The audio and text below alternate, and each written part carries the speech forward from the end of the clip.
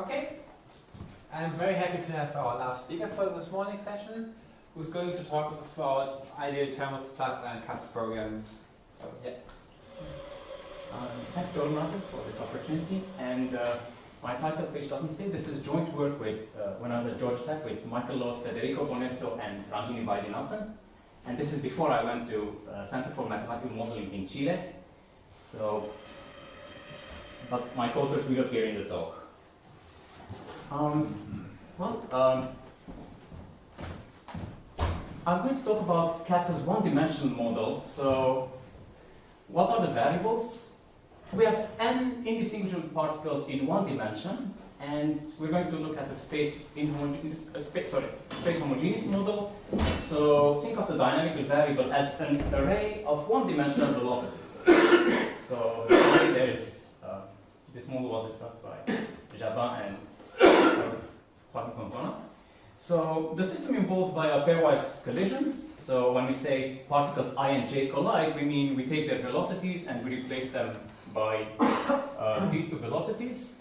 The angle theta is a parameter which we choose uniformly on 0 and 2 pi. It's not a physical angle because we're in one dimension. And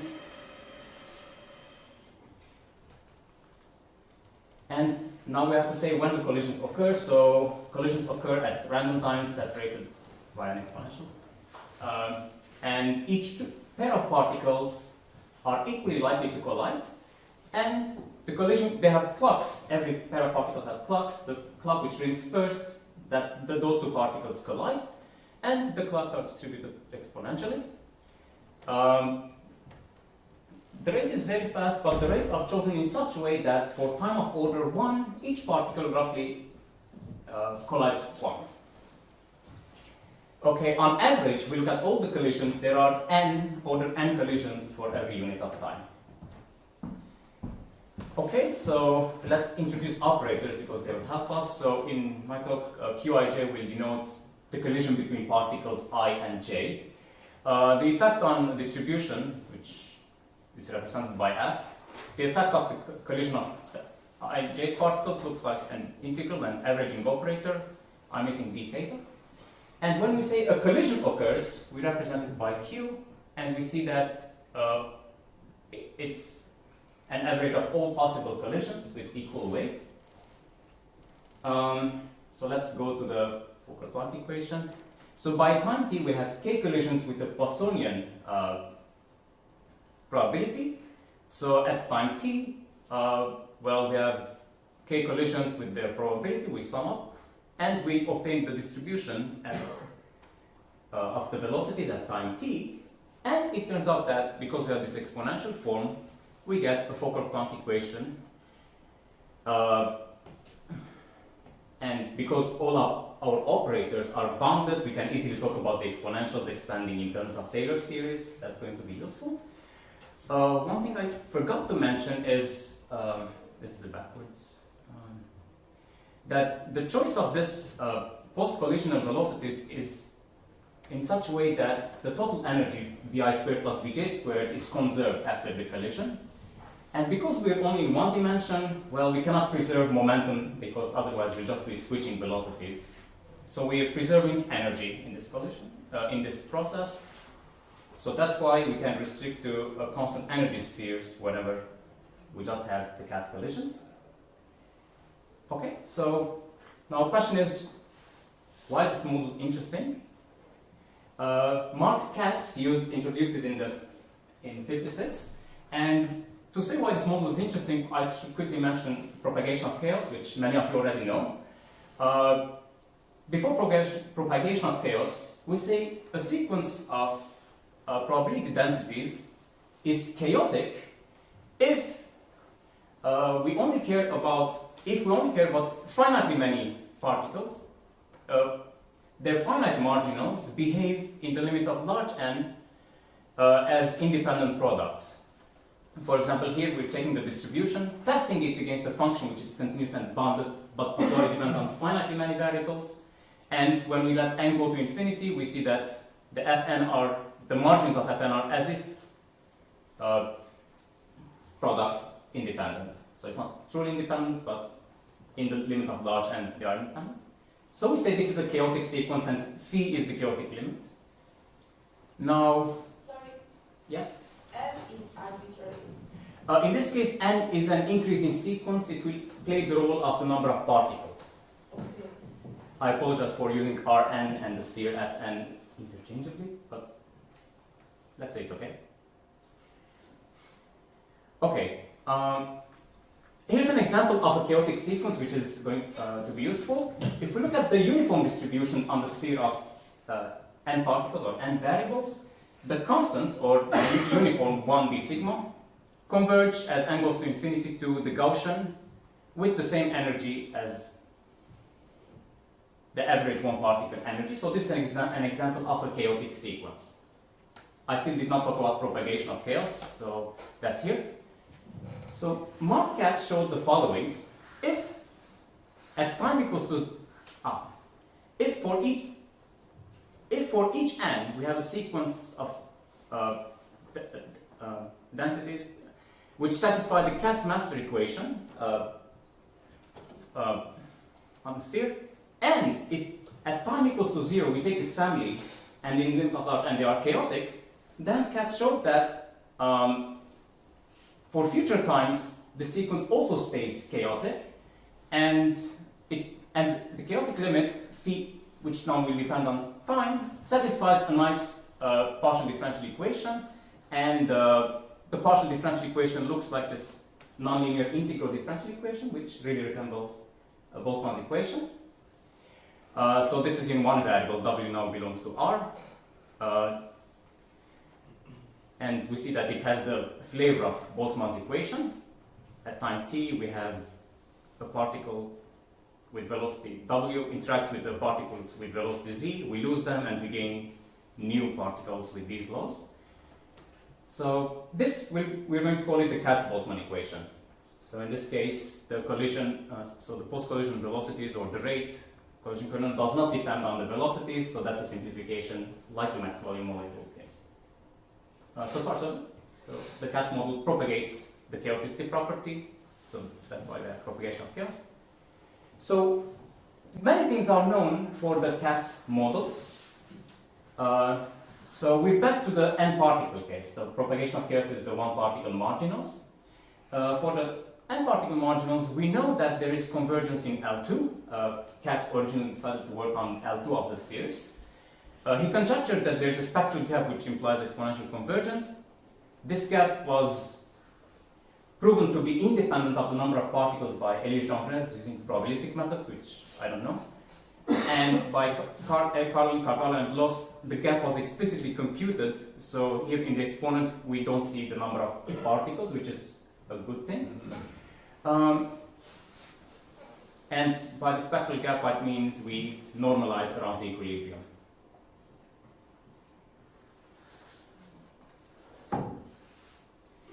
Okay, the spectral gap is nice, but the L2 norm isn't nice. So that's why some people use the relative entropy. We inherit this from the Boltzmann equation, but the relative entropy of the state in n particles relative to the equilibrium. It's known that this is a Lyapunov functional, and by entropy production methods, we can show that this goes to 0. And when we know that this approaches to 0, it's good news because it controls the L1 norm. Sadly, the bounds, we have exponential bounds for the relative entropy for this to go to 0, but they are of order 1 over n, and that's by Villani, and I now show that they are essentially of order 1 over n. So relative entropy is nice, but we don't have nice bounds yet. I'm going to need the Fourier transform.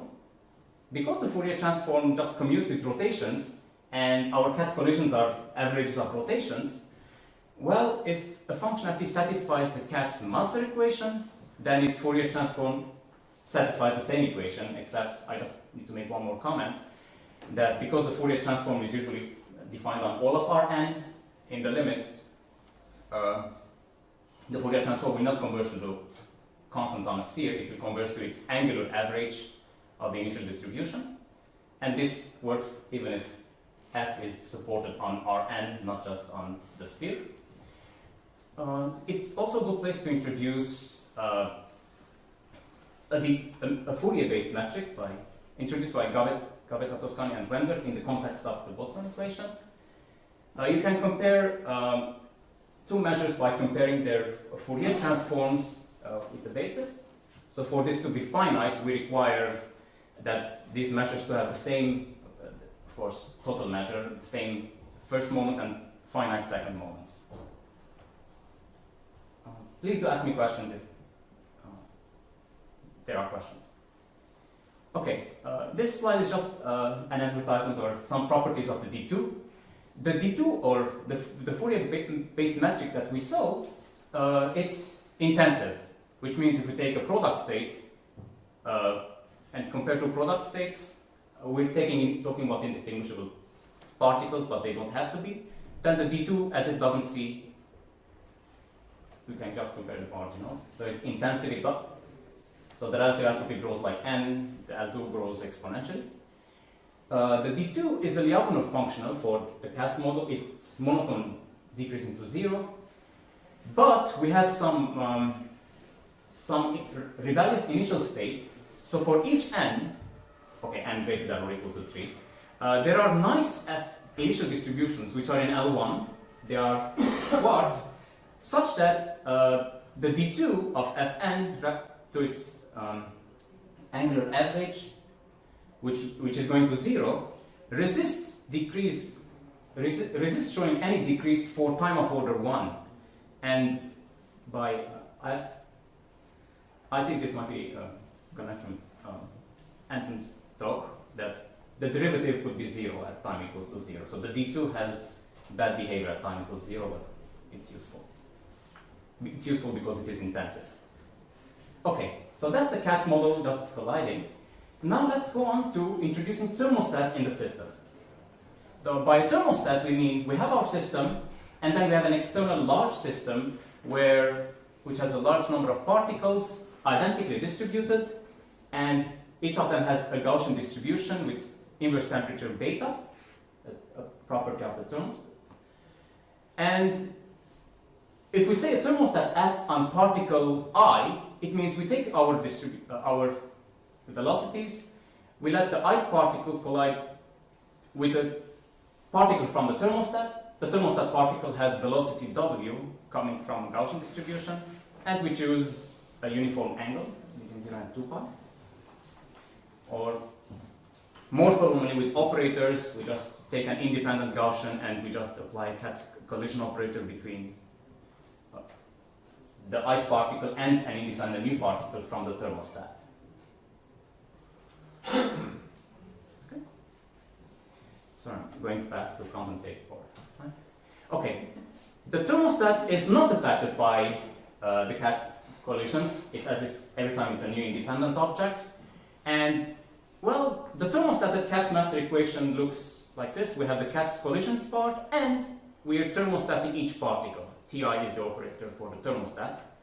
And because, well, the system is not closed anymore, our energy can, after the system changes, we take energy or return energy to a thermostat, so we now should be supported on Rn, not just the spheres, whenever thermostats are present.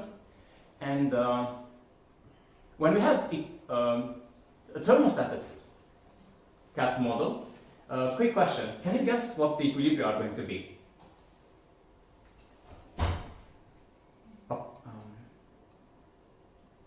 Okay, let me spill the beans. This part wants us to go to the angular average of the initial state, and this part is happy if and only if each marginal is Gaussian and independent of the others. So the intersection of these two is, well, when we want a radial distribution whose marginals are Gaussians, it's just the Gaussian state at the temperature of the thermostat.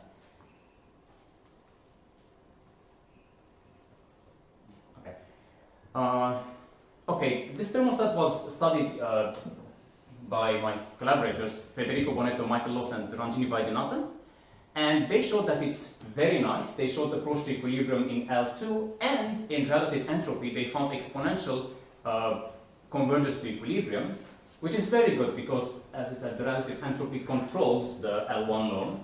So So thermostats, everything is good. And in the Fourier space, the thermostats can be represented by their Fourier versions, and this is what the Fourier transform looks like. And when we go to the Fourier space, we can also take the master equation in Fourier space. We're going to need this. Okay. Now, let's see. When we have a thermostat, it means we have a big system. We're very close to equilibrium. The large system, the thermostat, is already at equilibrium, radial Gaussian, and only a small number of particles, which are still macroscopic, out of equilibrium. But this is not very, very realistic because we're assuming an infinite thermostat.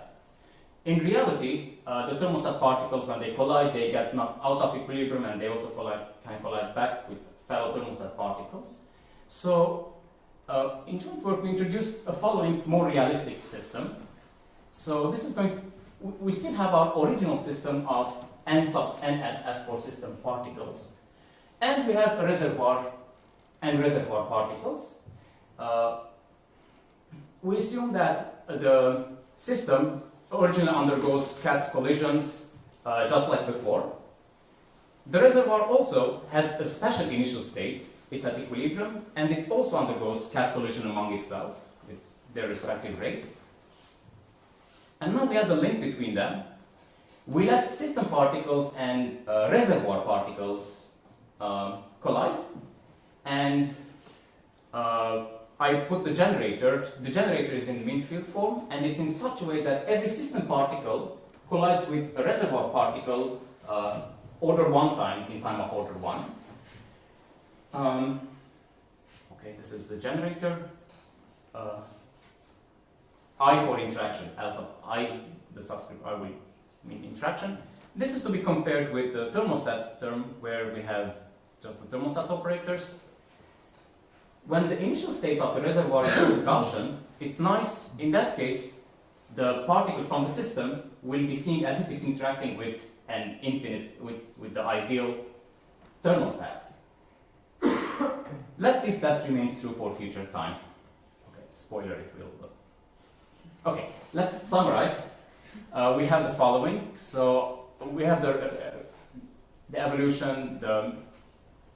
Our master equation has a system part where only the system particles collide between themselves, the reservoir part, and the interaction terms.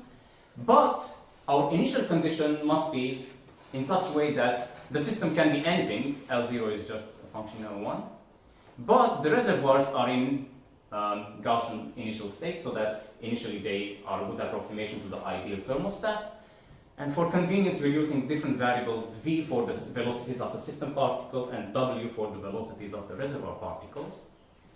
And now, we're going to compare this with a system where we have an infinite thermostat. But just like a computer to run, not to give a compilation error, to compare things, we need to have the same number of variables.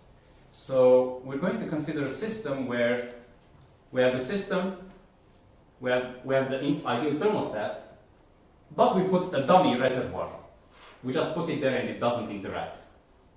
Just so that the total number of variables is n sub s plus n sub r. Okay. I might have confused many of you, but it's not intentional. Okay, so we have an initial condition, and one comment here is that in the second version, the thermostat particles are only affected by the reservoir collisions. The Ls and L thermostat only affect the V variables. So if we start at a product state, the second evolution stays a product state. But whenever we have an interaction and no thermostats, this initial state will be destroyed, of course. It will not be preserved. Oh, and here's the remark that the thermostats are. Okay, here's our result. So if we have an initial distribution which is of the form V and the Gaussians, gamma is for Gaussian, then in the L2 metric, the evolutions of the same initial state along the finite reservoir evolution and the infinite thermostat evolution stay uniformly close, and the right hand side only depends on the initial conditions, provided they are in L2, And we see that as the size of the reservoir goes to 0, the right-hand side goes to 0. The right-hand side is optimal in the sense that when time equals to 0, we are at the same initial state, so it is 0. And we can show that at the level of generators, we have as bad states which have no square root of ns, but just ns in the numerator. Okay, and the more interesting one, we can now we also use the D2, the Fourier-based D2 metric, and under the technical assumption of the finite average force moment for the particles in the system, we show that if we have an initial state which is separated, a Gaussian in the reservoir variables and anything in 0, then the D2 distance between them at time t remains uniformly close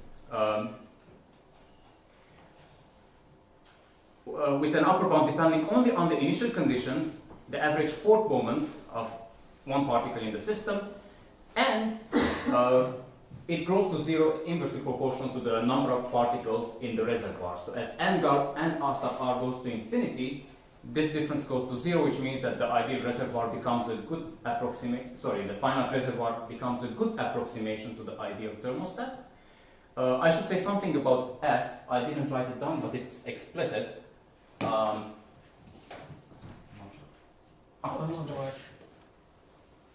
So F is actually D2 of the initial L0 with the Gaussian on and system variables, and then explicit constants plus D2. So we do need an average force moment. We do need an average force moment assumption in our theorem. Okay, just a rough idea about the proof of this theorem. Well, we have two generators. We have two evolutions, and the generators are bounded operators. They are averaging integral operators. So we're going to use exponentials, and by joining, by taking the coefficients, these are the rates, and collecting them in lambda, we can write them as averaging operators, the finite reservoir and the infinite thermostat operators, where by averaging I mean positivity preserving and integral preserving. Okay, so the proof starts by taking comparing the exponentials and writing the exponential, decomposing the exponential in this way. Here A comes from the interaction terms of the reservoirs. It involves complicating terms where system particles interact with reservoir particles. But B is the ideal thermostat case. So B is in such a way that it preserves the form when we have a product, system state multiplied by a Gaussian state, it preserves that form. And here we see that we can compare the generators, which should be close when the number of reservoir particles are close. And now we mentioned how we handle this. So because we have the A's are going to be A's and B's are averaging operators, so they don't expand the L2 norm by Jensen's inequality. D2 also has a similar property that the Fourier-based metric is also convex. So we can't forget the role played by this AJ. So we have generators, comparison of generators, and we should gain something from the thermostat acting. Because if we don't, then this will be cases starting from 1, then we have T e to the minus T, which will not be uniform in time. So we should gain something from the thermostat acting on the initial states. Okay, here's some. We should gain something. Okay, and I apologize, this is ugly, but I just want to mention that the generators have very similar terms which cancel when we're comparing the generators. The terms which we are going to compare are only the thermostat terms and the finite interaction terms. For the L2 case, they can be done algebraically. It's, if I have more time, I would do it. But sorry, I mentioned that for the thermostat term, as when a thermostat acts on two states, it doesn't affect the Gaussian, but we gain a factor of 1 minus 1 over 2m. No, this was used by Vaidyanathan in one of her papers, this trick, that when we act by a thermostat on both functions, then we gain a factor. And this is exactly what was needed to get a uniform in time estimate, because we're starting from k equals 1.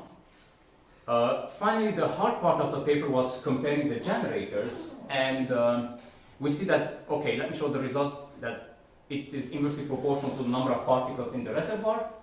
This is exact in the infinite time limit, where for the interaction particle system we have the angular average of the initial state system plus the Gaussian reservoir. So the angular average is no longer Gaussian. And for the thermostat, in the infinite time limit, if we're thermostating each particle, then the whole system is a Gaussian. So it's good that the distance is not zero, but in the limit of large n they are close. And this was the very technical part of the lemma. The steps are just from calculus, but I still don't understand why it works. It's just good to have good, strong collaborators can fill in the details. And thank you.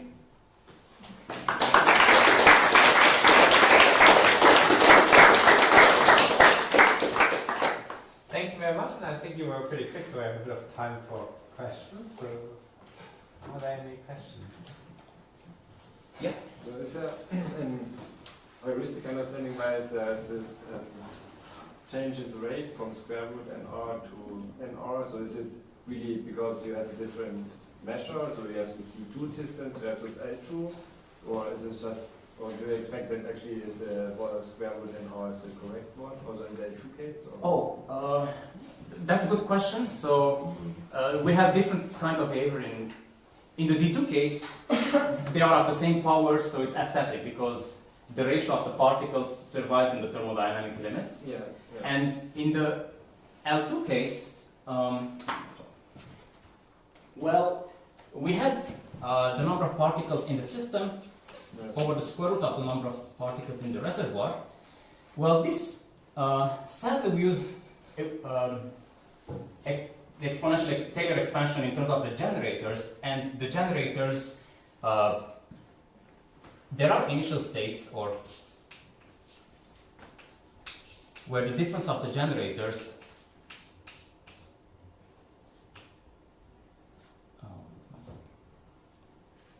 where the initial states behave in this way, but maybe after a very short time these states go away and we might not reach ns over square root of nr, but at the level of the generators we can have it. Let me see if I... for the D2 case, we know that this is optimal because when we take the infinite time limit, we have the angular average of the initial state and the Gaussian on the reservoir variables. And this is when we have the interactions and when we have just thermostats acting on the system, n system plus n reservoir. This is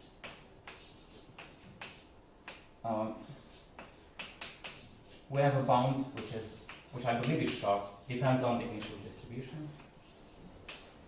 So at least to the orders of magnitudes we have exactness in the infinite time limit, but for two the generators.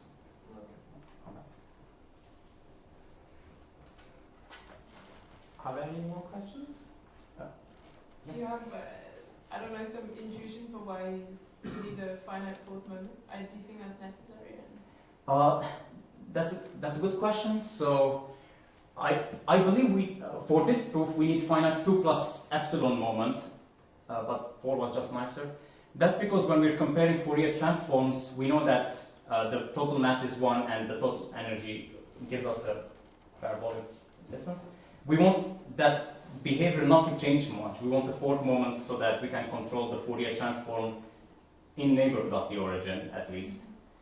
That's how we used it, and it appears in our bound explicitly. So if T4 goes to infinity, our bound becomes infinite.